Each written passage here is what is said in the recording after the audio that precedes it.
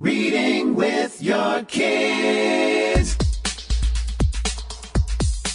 Hola, ni hao, konnichiwa, assalamu alaikum, shalom, privyet, jumbo, bienvenidos. Hi, my name is Jedley, and this is the Reading with Your Kids podcast. We are so happy that you are helping us make the world a better place by reading with your kids, starting those lifelong conversations that are so important to helping build up your child's self-esteem, helping them build up their vocabulary, just making them all around great people. We have a wonderful guest for you today. Her name is Yevgenia Nayberg, and she is the author of Anya's Secret Society. You know, it is absolutely no secret that when I am not hosting the Reading with Your Kids podcast, I am inspiring and entertaining kids and adults with illusions, magic tricks, and a whole lot of fun. My most popular show is called We Choose Respect, and We Choose Respect uses that wild mix of comedy, magic, and illusions to inspire kids to build bully-free schools. Schools where everybody feels safe. Schools where everybody knows that they have the right to feel safe, where they know that they'll get all the support and the help they need to be the very best student, the very best person they can be. I would love to share this show with your community. And I invite you to find out more about it by visiting my website, jedlie.com, Jedlie, jedlie.com.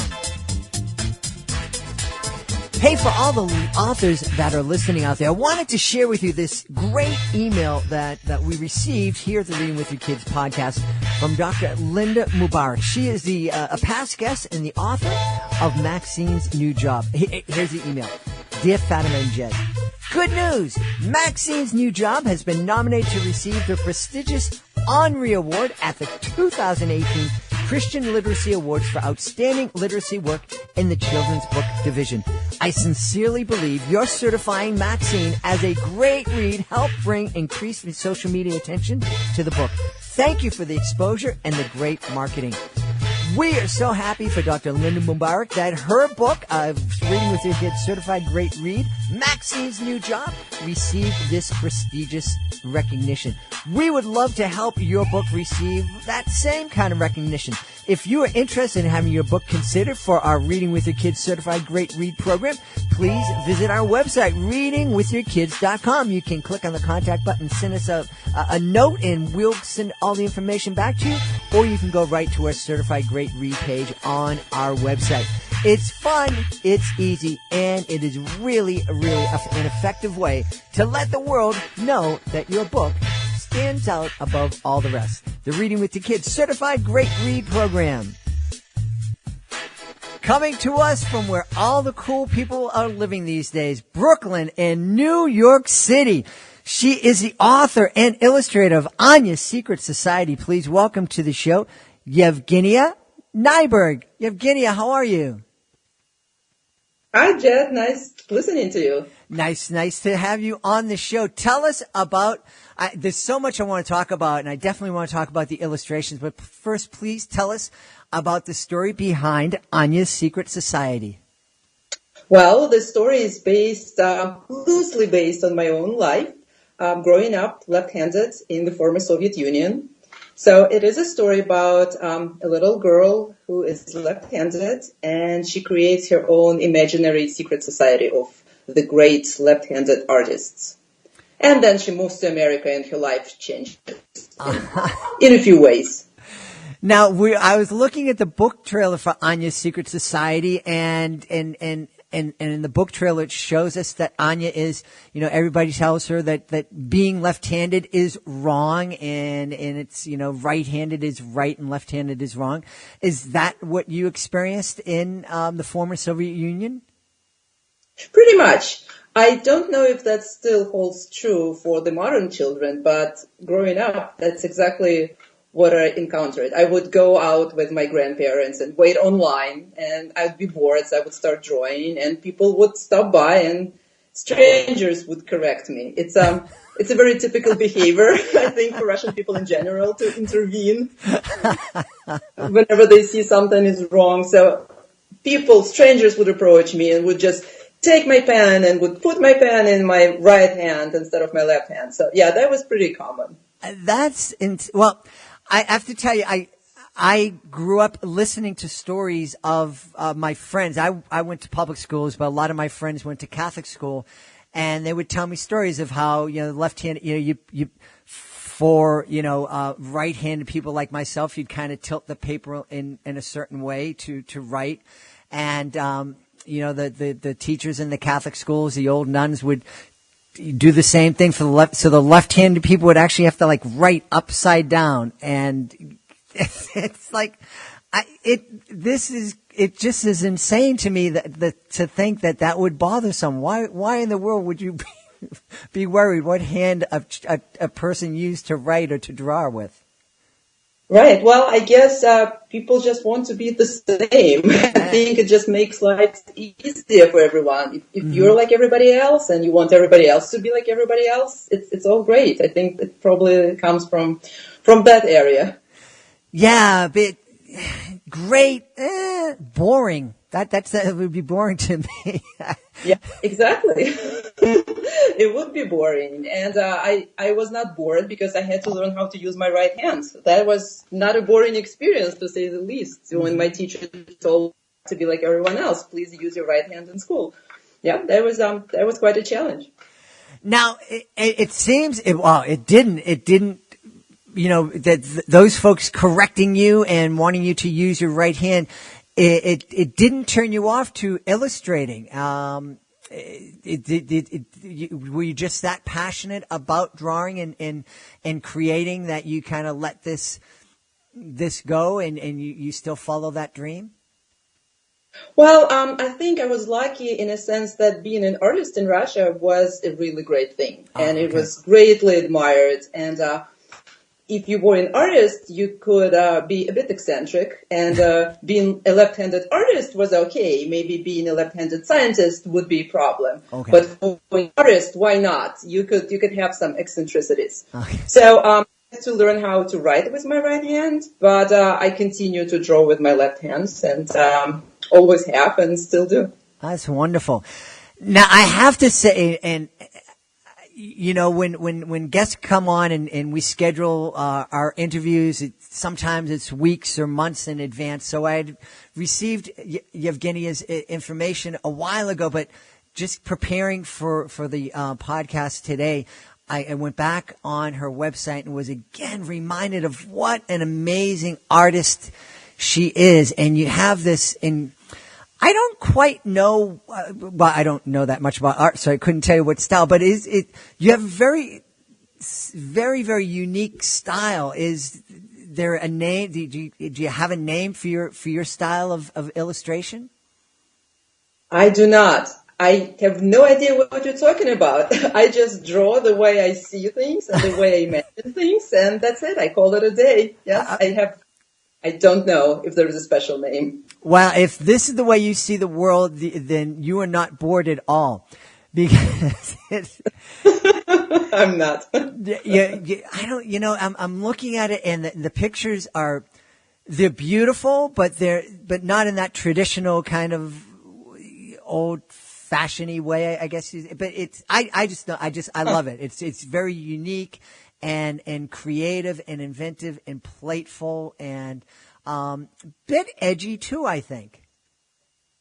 Thank you. I like that. I like the edginess, and I think that's something that I learned maybe when I came to America, and I saw so many artists that were kind of crazy and kind of effortless. Mm-hmm. Something that I felt I was lacking maybe growing up and getting my very traditional academic art education. Mm-hmm. So I think that edginess comes from being here. Yeah.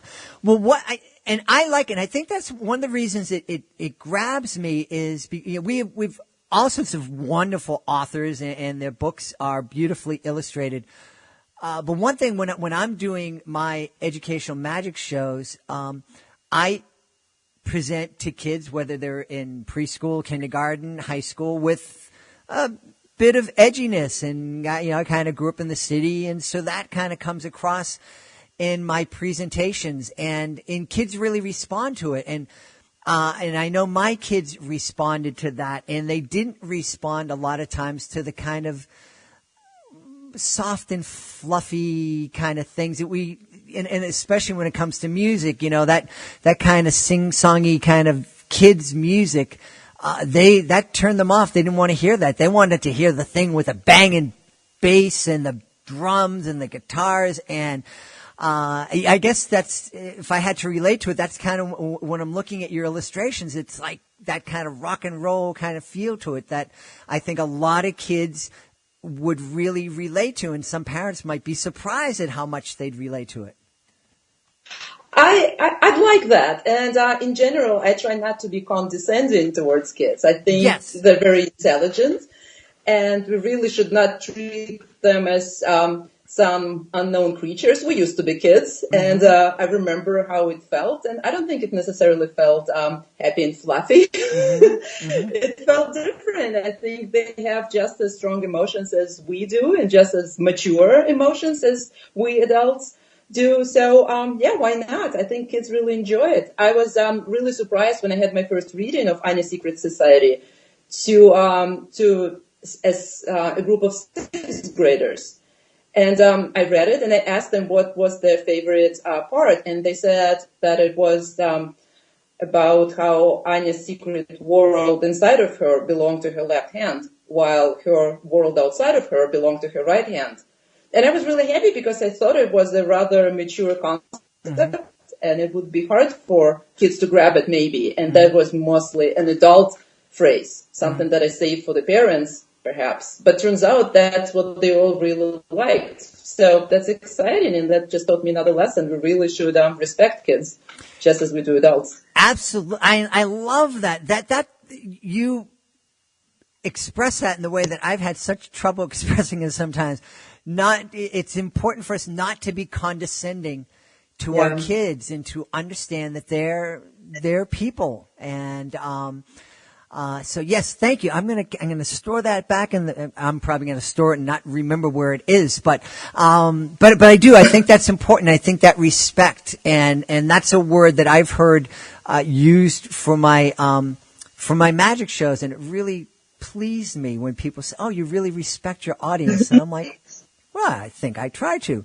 And it's obvious that you respect your audience.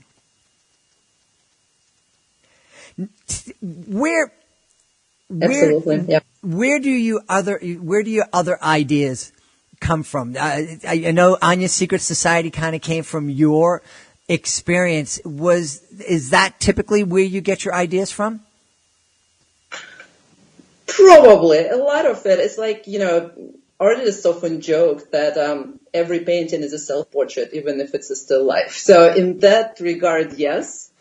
But also, I'm lucky to live in New York, and that's really an inspirational place. You don't even have to look for inspiration. It kind of follows you around.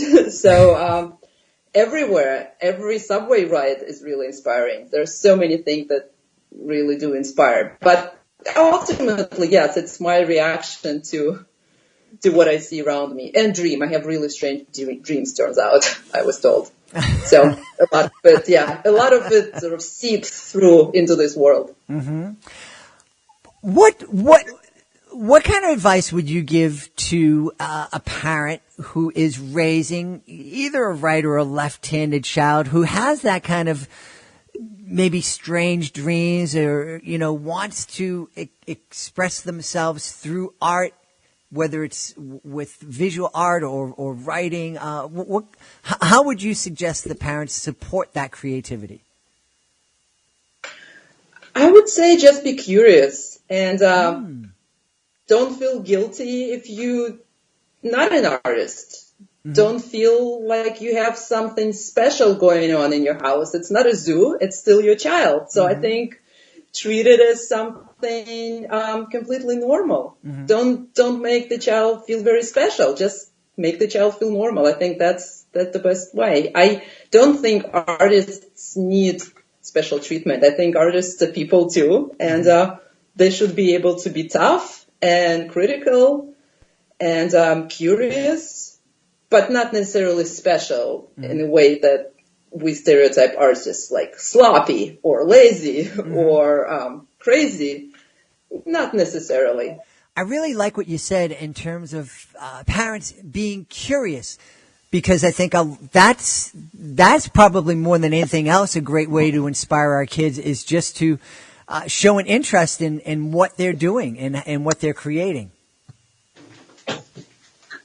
Yeah, well, my mother was an artist, so I had it easy, I think. Uh-huh. But she was a Russian mother, so she was pretty critical when I was growing up. And there are a lot of jokes about it in my house where I would say, well, maybe you didn't like it, but strangers really liked it when they saw it. So she likes my work now, so I guess it doesn't matter anymore. I could be pretty critical as a parent, I think. I like that so much of you and being Russian is I hear that you have that. You're happy that you're here in the States, and it changed you in a lot of ways, but you still have that connection with Russia in that culture. I do. Well, I came here as a grown-up, unlike my character Anya. So, of course, I am who I am. I've been sort of nurturing that and trying to keep my language and trying to follow the culture. It's important. That's where I grew up, of course. Mm-hmm. But I'm a bit of a mutant probably because I'm very American in many ways at this point, and probably most Russians would say that I am. But sometimes you need to cross the ocean for people to realize who you are. So I was a left-handed artist, a Jew, which was maybe not such a good idea in Russia, but now for the Americans, I am Russian. So, there is a lot of interesting identity mix-ups. Yeah. I have a very dear friend of mine is also a Russian and also Jewish, and I love when she comes over and shares this. She always loves to come over and bring sweets. Some Russian sweets to us, and it's always something that we look forward to when she comes over for holidays.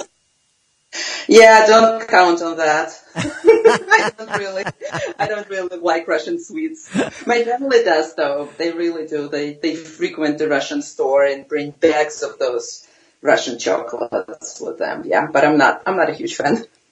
Now, Anya's Secret Society is your latest book. You also have a number of other books, too many to talk to in one podcast. But what are, one that jumps up at me, or there are a couple that jump up at me. One is The Adventure of the Russian Typewriter. Can you tell us a little bit about that? Right, yes. It just got a new title. Now it's just called Typewriter. Okay. And, it's coming out next year. And I'm actually really excited about this book. It's a story of a typewriter told from the point of view of a typewriter that immigrates to America with its writer, and then it's dumped by its writer. And then, it becomes useful again. I was really fascinated by these things that Russian immigrants brought with them to America, and a lot of those things were completely useless. People had no idea what to bring, so they would bring all kinds of strange things, and they would bring samovars, and they would bring Tolstoy and Dostoevsky volumes, and a lot of other useless things. And I did a poll on Facebook and asked people about things, and I said, please do not tell me about samovars, and do not tell me about Dostoevsky. I want really strange things. And of course, a lot of people responded with samovars anyway, but there were some really interesting things, including a Russian typewriter. And I thought, this is the most useless thing I can think of. And that's how my story was born. That's coming out next year. That's cool. It's hard for me. I mean, my typewriter, growing up, my typewriter was always by my side. I carried it everywhere. But of course, that was long before days of computers, and I do have memories of that big, old, heavy, clunky thing. Well, that's basically my story, and then the writer cheats with the laptop eventually. Yeah. Now, there's another book that catches my eye. I hope I'm pronouncing the name right. Rappaccini's Daughter?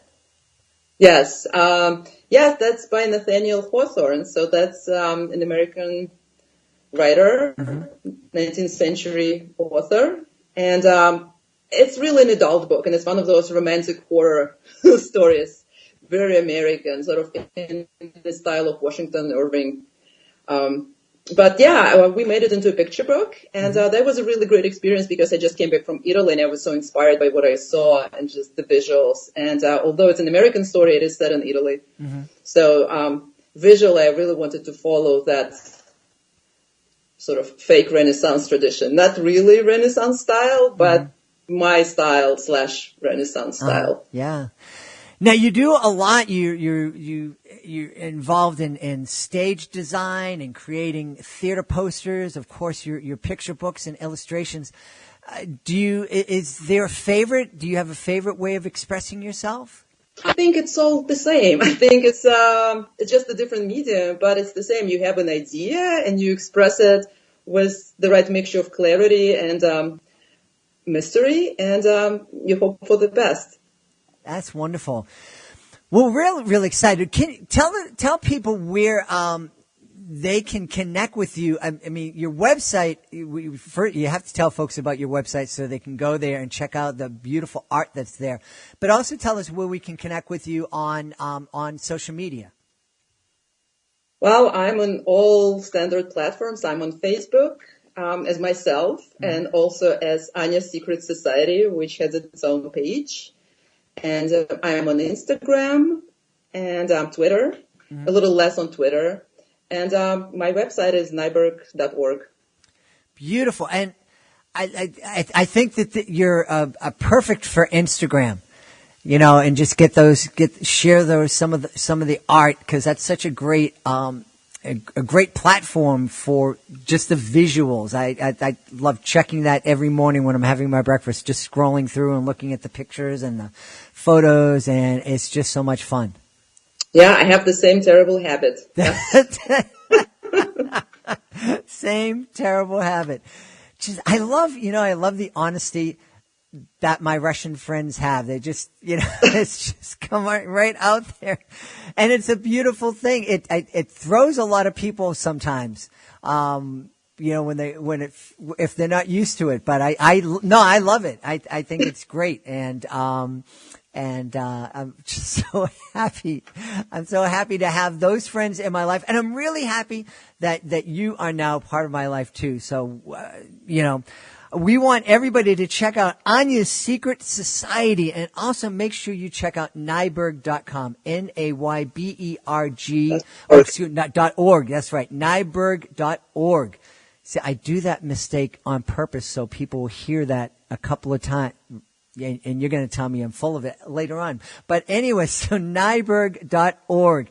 We've been talking today to the author and illustrator of Anya's Secret Society, Yevgenia Nayberg. Yevgenia, thank you so much for being part of our show.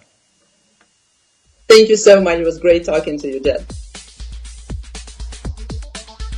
Please be sure to join us for the next edition of the Reading with Your Kids podcast. Our guest will be Julia Guthrie, a little bit different kind of a guest. Julia is a nationally recognized teacher, fourth grade teacher, and she's doing some incredible things to inspire a love of reading and learning with her students. And they're things that every classroom teacher can do, and they're things that we can do at home as well. And she has lots and lots of great insight, and I'm really excited. I had such a wonderful time speaking with her. I know you're going to love her. Speaking of love, we would love to have you as a guest on the Reading with Your Kids podcast. If you're an author, if you're a librarian, if you are a parent who's come up with some kind of novel approach to inspiring your kids, especially reluctant readers, to read, we'd love to have you come on and share your insight.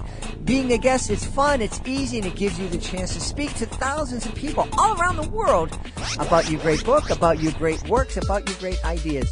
All you need to do is contact my amazing producer, Fatima Khan. You can get to her by going to our website, readingwithyourkids.com. Click on that contact button. That'll put you right in touch with Fatima. Let her know about your book, or let her know why you want to be on the show. She'll let you know the next easy steps. I do want to thank Fatima for everything she does to make the Reading with Your Kids podcast so much fun. I also want to thank our guest today, Yevgenia Nayberg. She is wonderful. Make sure you check out Anya's Secret Society. I have to absolutely thank my beautiful, amazing wife. She has to listen to me do that. Hola, ni hao, konnichiwa. And she still puts up with me. And of course, I want to thank you. Thank you so much for taking the time to join us today. Thank you so much for subscribing to the show on the iHeartRadio app or wherever you find your podcast. And of course, most of all, thank you so much for taking the time to make the world a better place. And you are helping to make the world a better place every time you read with your kids. I'll be looking through the next edition of the Reading with Your Kids podcast.